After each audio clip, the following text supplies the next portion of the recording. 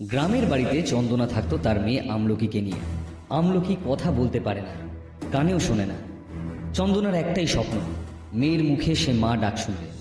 কিন্তু তার স্বামী রতন জুয়ো খেলায় সব পয়সা নষ্ট করে। চন্দনা আমলকির জীবনে এই কষ্ট না মিটতেই এসে পড়ে আরো অনেক বড় একটা বিপদ।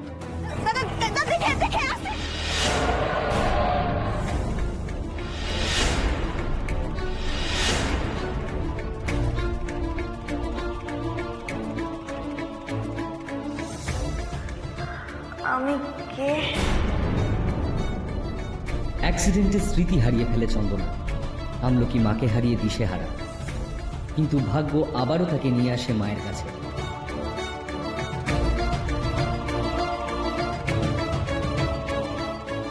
তা সত্ত্বেও সে যে চন্দনারই মেয়ে, সেই পরিচয় কাউকেই বুঝে উঠতে পারে না, কি? এমনকি চন্দনাকেও।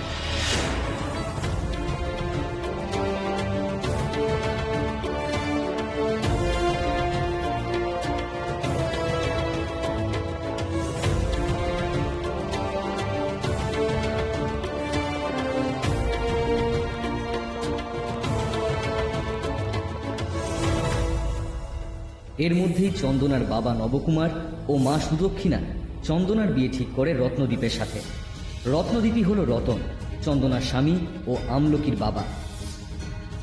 কিন্তু স্ত্রীর স্মৃতি হারিয়ে যাওয়ার সুযোগ নিয়ে সে মিথ্যে পরিচয় নিয়ে এই বাড়িতে আসে।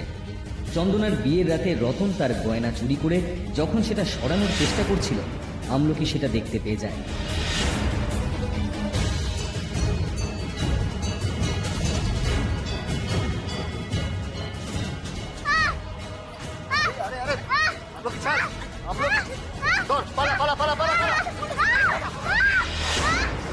সেই গয়না বাঁচানোর জন্য আমলকি রতনের দিদি মেনকাদের ট্যাক্সির পিছনে ছোটে।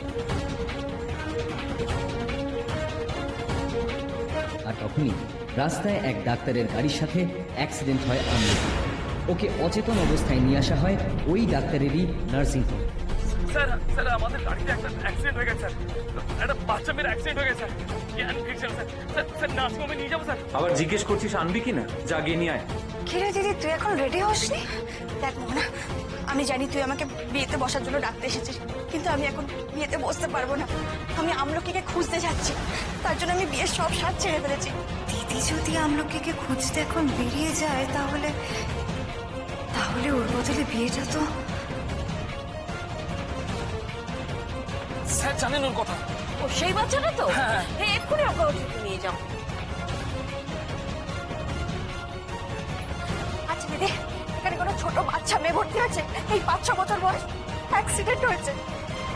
আমলকিকে খুঁজতে খুঁজতে চন্দনাও অবশেষে এসে উপস্থিত হয় ওই নার্সিং হোমে। আর পাগলের মতো খুঁজতে থাকে সেই ডাক্তারকে যার গাড়িতে আমলকির অ্যাক্সিডেন্ট হয়েছে, আর তিনিই কিনা আমলকির অপারেশন করেছেন। তখন চন্দনার সামনে এসে উপস্থিত হন ডাক্তার গৌরব সেন।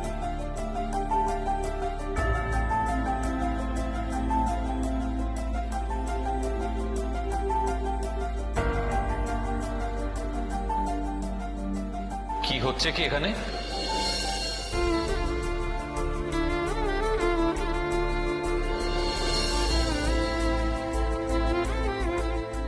কি হয়েছে? কাকে খুঁজছেন উনি? ম্যাডাম, ইনি আমাদের স্যার।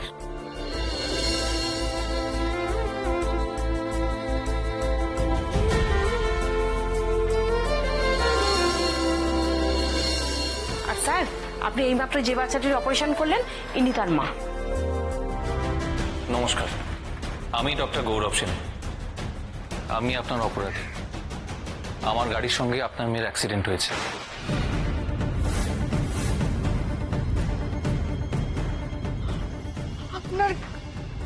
আপনার গাড়ির সঙ্গে আমলকি, আর আপনি ওর অপারেশন করেছেন? একটা মানুষ যে দায়িত্ব নিয়ে গাড়ি চালাতে পারে না, একটা বাচ্চাকে অনায়াসে ধাক্কা মারতে পারে, সেই মানুষটা দায়িত্ব নিয়ে একটা বাচ্চাকে কি করে বাঁচাবে? আপনি শুনুন আমার কথাটা প্লিজ। আমি আপনার কোনো কথা শুনতে চাই না।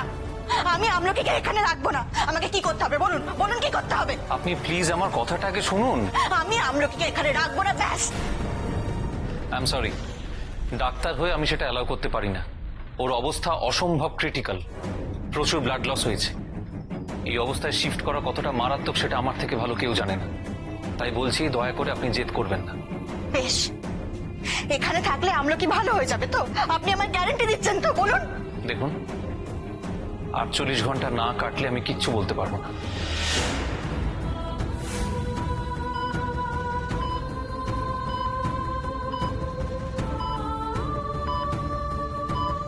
কি বলতে পারবেন না? কি বলতে পারবেন না আপনি? আমার মেয়েটাকে বাঁচানো যাবে কিনা? আমার মেয়েটার যদি কিছু হয়েছে না। দেখুন দেখুন, আপনি এত ব্যস্ত হবেন না। এত বড় একটা অপারেশন হয়েছে। হোক বড় অপারেশন হোক, ওরা তো সবাই বললো আপনি কি ধন্বন্তরী ডাক্তার। আমার কথা দিন, কথা দিন আমাকে, কথা দিন প্লিজ। আমার মেয়েটাকে আপনি সুস্থ করে আমার কাছে ফিরিয়ে দেবেন। আপনি কথা দিন। আপনি আমার কথাটা শুনুন। আমি কিচ্ছু শুনতে চাই না ডাক্তার বাবু, প্লিজ আমার মেয়েটাকে সুস্থ করে দিন। আমার মেয়েটা, আমার মেয়েটা।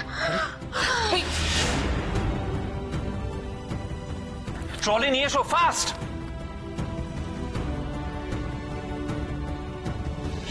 ওদিকে বাড়িতে তখন চন্দনার না থাকা সুযোগ নিয়ে রত্নদ্বীপের সাথে বিয়ের আসরে এসে উপস্থিত হয় চন্দনার খুঁড়তো বোন মোহনা। মোহনা রত্নদ্বীপকে আগে থেকেই ভালোবাসত, তাকেই বিয়ে করার জন্য দৃঢ় প্রতিজ্ঞ ছিল। শুভ দৃষ্টির সময় রতনের চোখে ধরাও পড়ে যায়, আর মোহনাকে সকলে চেপে ধরে এটা জানার জন্য যে চন্দনা কোথায়। মোহনা বলে চন্দনা এই বিয়ে করতে চায় না বলেই তাকে বিয়েটা করার জন্য বলে গেছে। চন্দনা বাড়িতে নেই। আমাকে বললো যে আমি যেন এই বিয়েটা করে নিই। সকলে চন্দনাকে খুঁজতে চেষ্টা করে, কিন্তু কোনো খোঁজ পায় না। অবশেষে লগ্ন ভ্রষ্টা হতে চলা মোহনাকে বিয়ে করতে নারাজ রতনকে যখন কেউ বুঝিয়ে উঠতে পারে না, সেই সময় বৈশাখী রতনকে বলে, কিন্তু আমি যে মনে করি পৃথিবীতে অসম্ভব বলে কিছু হয় না। ইচ্ছে থাকলে। আমার ইচ্ছে নেই। কিন্তু আমার যে ইচ্ছে আছে রতন।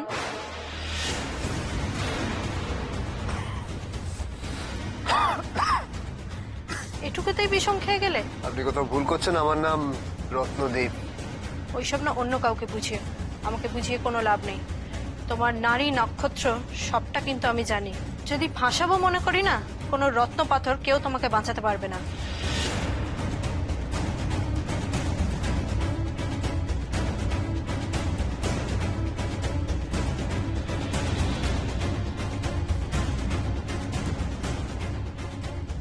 নাও জলটা খেয়ে নাও। কি হলো, জল আর গলা দিয়ে নামবে না? আপনি কি বলছেন? এসব কথার মানে কি? দিদিকে মা সাজানোর কথাটাও কিন্তু আমি জানি। ফাঁস করে দেবো সবার সামনে। দিদি, জামাইবাবু বাবা সে যে কত অপমান করেছে জানিয়ে দেব। আর হ্যাঁ, আমি যদি বলি এই গয়নাগাটিগুলো তুমি চুরি করেছো আর নিজেকে বাঁচানোর জন্য বেকার বেকার আমলকির ঘাড়ে দোষ চাপিয়ে দিচ্ছ, সেটা কি খুব ভুল হবে?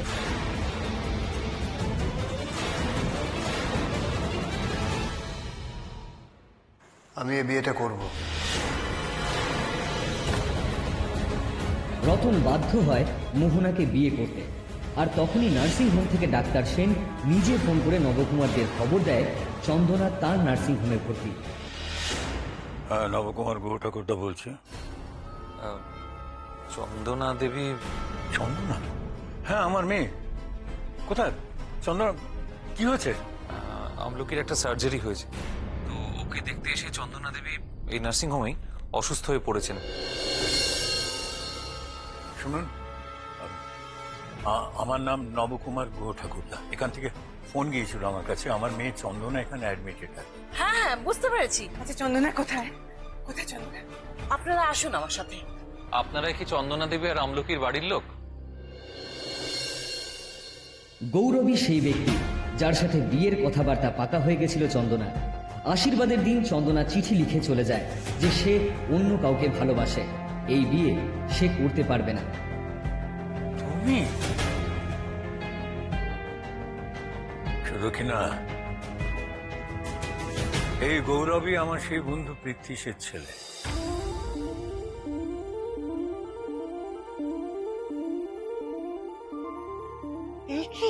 ওর সঙ্গে চন্দনার বিয়ে দেব বলে আমি পৃথ্বীশকে কথা দিয়েছিলাম। সেই থেকেই গৌরব একা। এখন তার বাবা ক্যান্সার আক্রান্ত, আর বাবার শেষ ইচ্ছে গৌরবকে বিয়ে করে সংসারী দেখে যাওয়া, তাই সে বিয়ে করবে। চন্দনা দেবীকে আমি ভালো করে তুলব, ও স্মৃতি আমি ফিরিয়ে আনবো।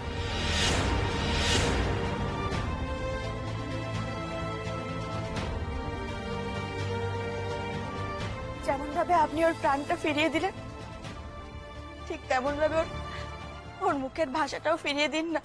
বেশ, আমি আপ্রাণ চেষ্টা করব আপনার ইচ্ছেকে সত্যি করার। কথা দিলেন আপনি, বলুন না, কথা দিলেন আমাকে, বলুন না। ওকে, কথা দিলাম। চন্দনা ভরসা করতে শুরু করে গৌরবকে। রত্নদীপ তাকে কথা দিয়েও বিয়ে করেনি। এদিকে তার বোন মোহনা তাকে ঠকিয়ে রত্নদীপকে বিয়ে করেছে। এতে মানসিকভাবে আহত হয় চন্দনা, কিন্তু তার থেকেও তাকে তাড়িয়ে নিয়ে বেড়ায় আরেকটা সত্যি। আমলকি তার বিয়ের গয়না চুরি করেছে বলে রতন যে মিথ্যেটা রটিয়ে দিয়েছিল সেটা। আমলকি চুরি করেনি। আমলকি যদি চুরি করতো তাহলে ওর যেখানে অ্যাক্সিডেন্ট হয়েছিল সেখান থেকে গয়নাগুলো পাওয়া যেত, তা তো যায়নি।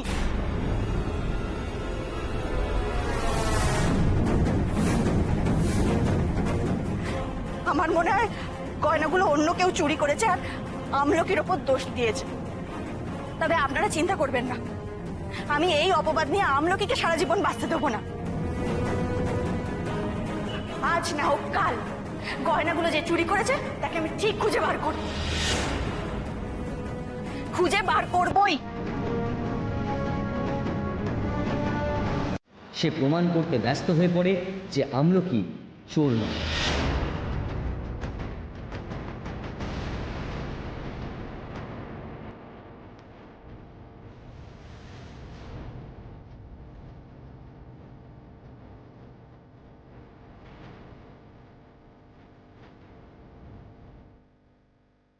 দাদা, ওই ট্যাক্সিটা পেছনে পেছনে চলুন, তাড়াতাড়ি করুন।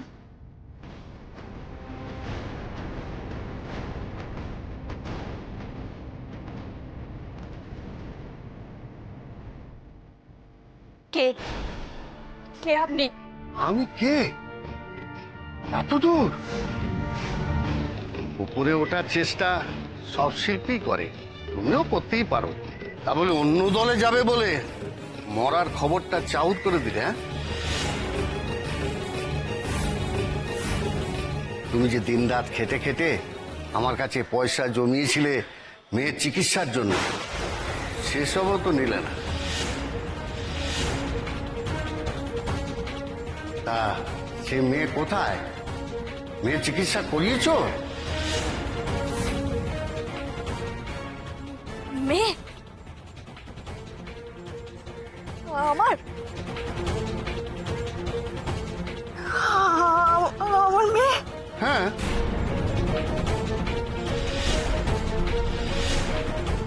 কিন্তু আমার তো বিয়েই হয়নি। আপনারা তখন থেকে কি একের পর এক আজে বাজে কথা বলে যাচ্ছেন বলুন তো? আমি নাকি যাত্রা দলে অভিনয় করি, আমার নাকি মেয়ে আছে, কেন এসব মিথ্যে কথা বলছেন আমাকে? হ্যাঁ, কত বড় অভিনেত্রী হয়ে গেছো চন্দনা তুমি, যে তোমার নিজের মেয়েকে তুমি অস্বীকার করছো, যে মেয়ে কিনা তোমার প্রাণ ছিল। আহা, কথা বাড়িয়ে লাভ কি ম্যানেজার বাবু? চন্দনা দিকে যখন একবার পাওয়া গেছে তখন আসল কথাটা সেরে নাও দেখি। চন্দনা, তুমি চলে যাওয়াতে আমাদের দলের অনেক ক্ষতি হয়ে গেছে। সে টাকা পয়সা আমি তোমাকে বাড়িয়ে দেবো, কিন্তু তুমি দলে ফিরে এসো। আর হ্যাঁ, দিন রাত খেতে খেতে তুমি যে টাকা জমিয়েছিলে সে টাকা তো আমি ব্যাংকে রেখে দিয়েছি। আজ রাতের মধ্যেই তোমাকে সে টাকা তুলে দেব। তুমি সুদও তো কিছু পেয়েছো, তাহলে আজ রাত থেকেই তুমি আমাদের দলে অ্যাক্টিং শুরু করো।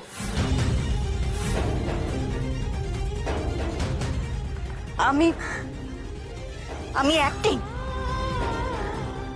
আপনারা কি বলছেন বলুন তো? আমি কিছুই বুঝে উঠতে পারছি না। আপনাদের কথা শুনলে না আমার মাথা খারাপ হয়ে যাবে, আমার মাথাটা খারাপ হয়ে যাবে। আমাকে যেতে দিন, আমাকে প্লিজ এখান থেকে যেতে দিন। আমি বাড়ি যাবো, আমি বাড়ি যাবো। সব মিথ্যে, সব ভুল, সব ভুল, সব ভুল, সব ভুল, সব ভুল।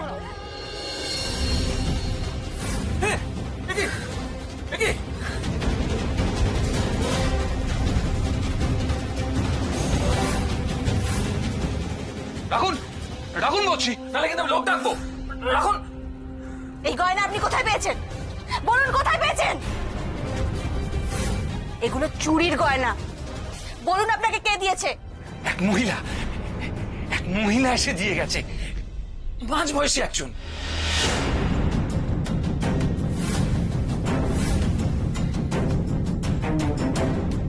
মহিলা দিয়ে গেছে? এগুলো এগুলো আপনার কাছে রত্নদীপ দিয়ে যায়নি? কি রত্নদীপ? একটা লোক এই ধরুন এরকম হাই চশমা পরে। না না না না, লোক না, বললাম তো মহিলা। গয়নাগুলো তো ঠিকই আছে, তাহলে এই মহিলাটা আবার কি? চন্দনা তো নার্সিং হোমে গিয়েছে আমলকিকে দেখতে। চন্দনা নার্সিং হোমে? হ্যাঁ। কোথায় না তো। এদিকে বাড়িতে চন্দনাকে খুঁজে পাওয়া যাচ্ছে না। গৌরব এসে সে কথা শুনে চন্দনাকে খুঁজতে বের হয়।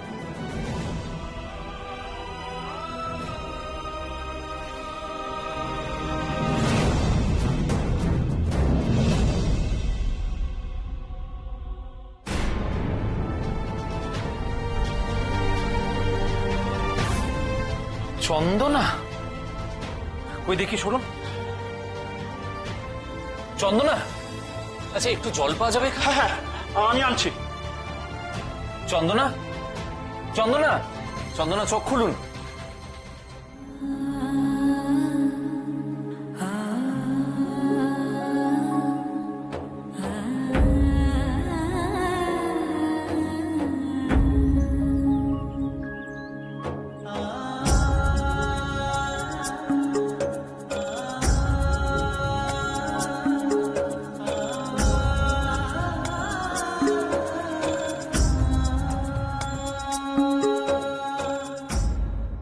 আচ্ছা, আপনি আমলকিকে দেখার নাম করে কোথায় গিয়েছিলেন বলুন তো? আর সেখান থেকে হঠাৎ মন্দিরে গিয়ে জ্ঞান হারালেনি বা কি করে? আমি তো চোর খুঁজতে গেছিলাম অনেক দূর, কিন্তু চোর তো খুঁজে পেলাম না। অন্য কিছু খুঁজে পেলাম জানেন। ওই গ্রামটায় গেছিলাম না, ওখানে সব লোকগুলো না আমাকে চেনে, আমাকে ডাকছিল নাম ধরে, চন্দনা বলছিল। আরো কি সব বলছিল, আমি নাকি যাত্রা দলে অভিনয় করি, আমার নাকি একটা মেয়ে আছে। কিন্তু আমার বাড়ির লোক তো বলেছে আমাকে আমার বিয়েই হয়নি। মিলছে না, একটা কথাও মিলছে না। সবাই এক একজন এক এক রকম কথা বলছে। আমার মাথাটা কেমন যেন করছে। আমি আর পারছি না, আমি আর পারছি না, পারছি না।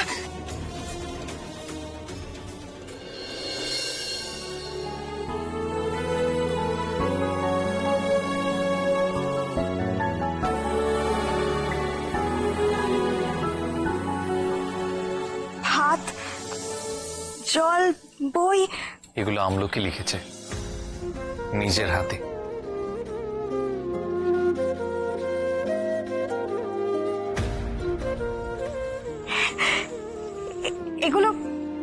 এগুলো আমলকির হ্যান্ডরাইটিং? একদম। এটা শুধুমাত্র আপনাকে দেখানোর জন্য আমি নিয়ে এসেছিলাম। আপনি ভাবতে পারছেন, আপনার মেয়ে যে কিনা দুদিন আগে লিখতে পড়তে পর্যন্ত পারতো না, একটা ওয়ান্ডার চাইল্ড, ও নিজের চেষ্টায় এত দ্রুত লেখাগুলো লিখেছে, ভাবতে পারছেন আপনি? গৌরব বাড়িতে জানিয়ে দেয় চন্দনা তার সাথেই আছে।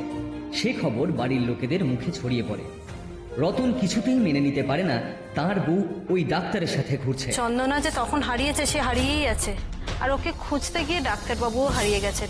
মানে মোট কথা হচ্ছে দুজনে একসঙ্গে মিসিং। অন্যদিকে চন্দনা আর গৌরব আমলকির কাছে যায়।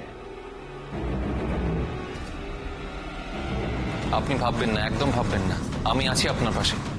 তো চোর ধরতে আমি আপনাকে হেল্প করব। পরের দিন গৌরবের সাথে চন্দনা যায় গ্রামে। এদিকে বৈশাখী আর রতন হাত মেলায়। রতনকে বাঁচাতে বৈশাখী রওনা দেয় শ্যাকরার মুখ বন্ধ করতে। চুপচাপ শুধু গাড়ি চালাবেন, আর যেমন যেমন বলবো তেমন তেমন চলবেন। চলুন।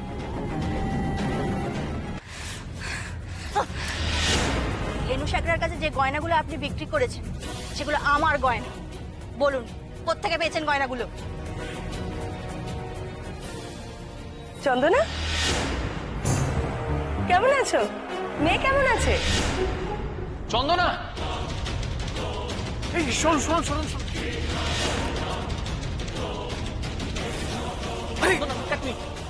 চন্দনা জল দিন জল দিন।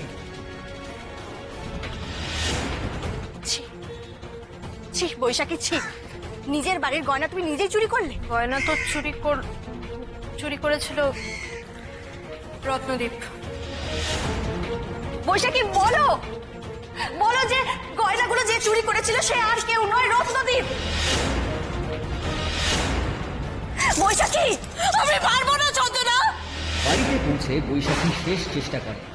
এটা বলে যে তাকে দিয়ে চন্দনা জোর করে মিথ্যে আমি বলেছে। পারবো না। কিন্তু সে চেষ্টা থেকে না, কারণ গৌরব আমলকিকে নিয়ে উপস্থিত হয়।